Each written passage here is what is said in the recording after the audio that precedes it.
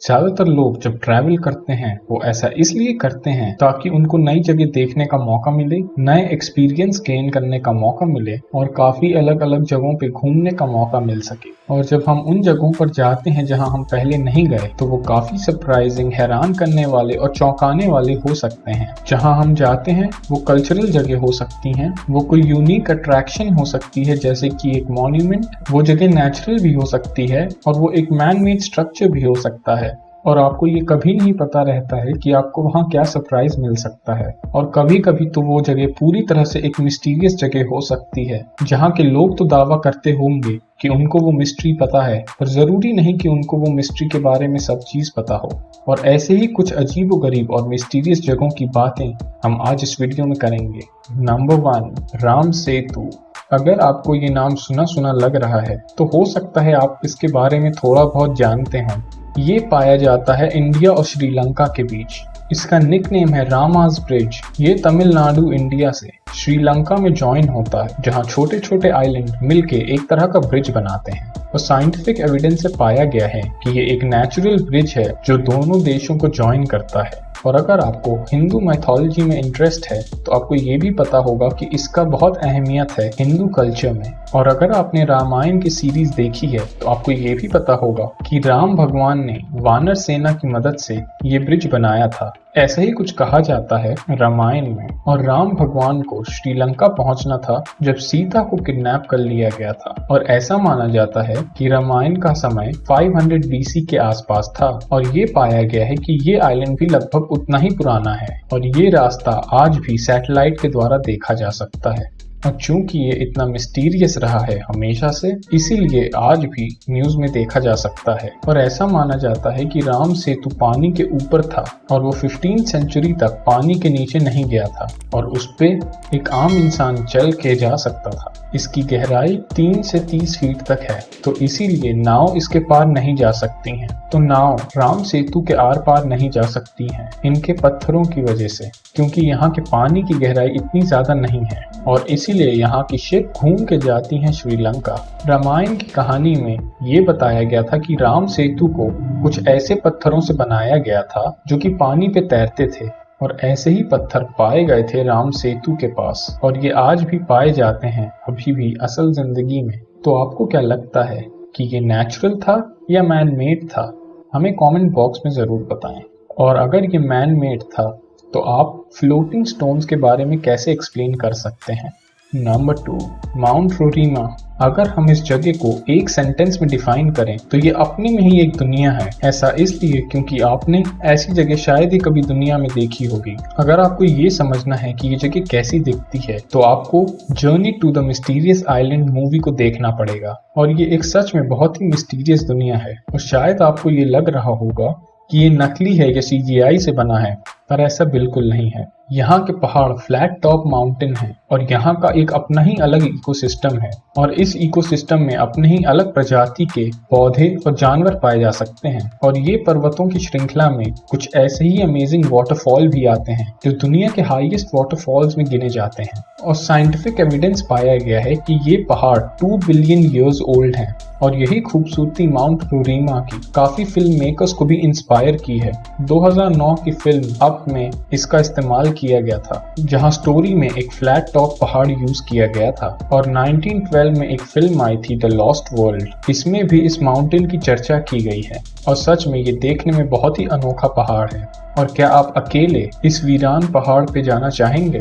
इससे पहले कि हम आगे बढ़ें, अगर आपको ऐसे ही और वीडियोस देखने हैं तो राइट हैंड साइड के आई बटन पे क्लिक करें, जो आपको इंटरेस्टिंग वीडियोस की दुनिया में ले जाएगा, जहां आप नॉन स्टॉप ऐसे ही इंटरेस्टिंग और अमेजिंग वीडियोस देख सकते हैं हमारे चैनल पे। तो बढ़ते हैं आगे।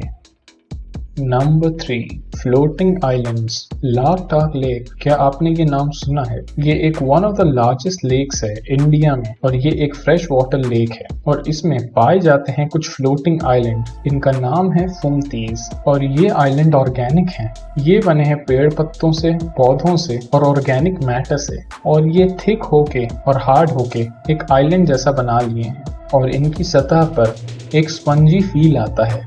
और एक ट्रैम्पोलिन के समान इसका सरफेस है और एक आइसबर्ग की तरह इसका ज्यादातर हिस्सा नीचे ही पाया जाता है पानी के और थोड़ी बहुत जगह ऊपर पाई जाती है पानी के और यहीं से मछलियां भी पकड़ी जाती हैं और ये लेक मणिपुर का लाइफलाइन माना जाता है और हजारों लोगों की यहाँ पे रोजगार की जरूरतें पूरी होती हैं, जहाँ ये मछली पालन करके और मछली पकड़ के अपना गुजारा चलाते हैं। और यहाँ पे ये लोग 1500 टन मछली हर साल पकड़ते हैं और यहाँ के एक टापू पर एक स्कूल भी है जिसको वहाँ के लोकल लोग अटेंड भी करते हैं। नंबर 4, मैग्नेटिक हिल, और ये पाया जाता है इंडिया में। जी हाँ, आपने सही सुना। शायद ही आपने इस जगह के बारे में सुना होगा, पर दरअसल ये इंडिया में ही पाया जाता है और ये लद्दाख में पाया जा सकता है और ये एक काफी फेमस टूरिस्ट डेस्टिनेशन रहा है। ऐसा माना जाता है कि ये पहाड़ अपनी तरफ गाड़ियों को खींच लेता है और ये श्रीनगर से लेह हाईवे के बीच में पाया जा सकता है। और ये मैग्नेटिक हिल एक अच्छा एग्जाम्पल है कि कैसे ग्रेविटी काम करती है। और अगर आपको ये बात कंफर्म करनी है कि ऐसा सच में होता है कि नहीं, तो आप कुछ ऐसा कर सकते हैं। ऐसा करने के लिए आपको अपनी गाड़ी का इग्निशन ऑफ कर लेना पड़ेगा और गियर को न्यूट्रल पे लगा के ब्रेक हटा देना पड़ेगा और तब आपको पता चलेगा कि आपकी गाड़ी अपने आप ही 12.5 माइल्स पर आवर की स्पीड पे आगे बढ़ने लगेगी। पर काफी सुपरस्टिशंस भी हैं इस पहाड़ को लेकर। कुछ लोग तो ऐसा मानते हैं कि इसके पीछे कोई अलौकिक शक्ति है, पर ये साइंटिफिकली प्रूव हो गया है कि ये एक मैग्नेटिक हिल है। नंबर 5, सी स्प्लिट्स इनटू 2। केरला में दरअसल बहुत ज्यादा बारिश होती है और ये लगभग हर साल अब होता है। और अगर आपको 2018 के फ्लड्स पता हो तो ये पता होगा कि ये काफी डिस्ट्रक्शन लाए थे अपने साथ और ये काफी लोगों की जान भी ले लिया था। और जब वही बाढ़ का पानी वापस गया समुद्र में तो कुछ अजीबोगरीब देखा गया। ये हुआ था पनानी जिले में, जो है केरला में, जहाँ एक नदी 2 हिस्सों में बट गई थी और एक नया आइलैंड अपने आप ही बन गया था। और ये एक पतला सा एक सैंड स्ट्रिप बना लिया था अपने बीच में और ये काफी लंबा भी था। ये आधा किलोमीटर से ज्यादा लंबा था और ये एक बहुत ही अद्भुत नजारा था क्योंकि ये एक नदी को 2 हिस्सों में बांट के रख दिया था। और ये सच में एक नेचुरल फिनोमिनन ही है और ये देखना वहाँ के लोकल लोगों के लिए काफी सरप्राइजिंग रहा था और वहाँ के लिए और टूरिस्ट्स के लिए ये काफी फेमस डेस्टिनेशन हो गई है। लोग इससे बहुत ही आकर्षित होते हैं और सरप्राइज्ड भी।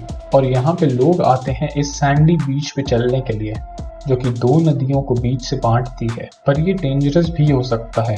लोकल अथॉरिटीज ने कुछ ऐसा ही बोला है कि जब हाई टाइड्स आएंगी तो हो सकता है कि ये सैंड स्ट्रिप बीच से हट जाए और पानी पूरी तरह से इस सैंड स्ट्रिप पे चढ़ जाए और वो 2 नदी वापस से एक नदी में बन जाए। और ये अभी तक नहीं पता चला है कि ऐसा कैसे हुआ। तो जब तक हमको ये मिस्ट्री नहीं पता चलती, ये एक मिस्ट्री ही है और तब से इस पे साइंटिफिक रिसर्च भी चल रहा है।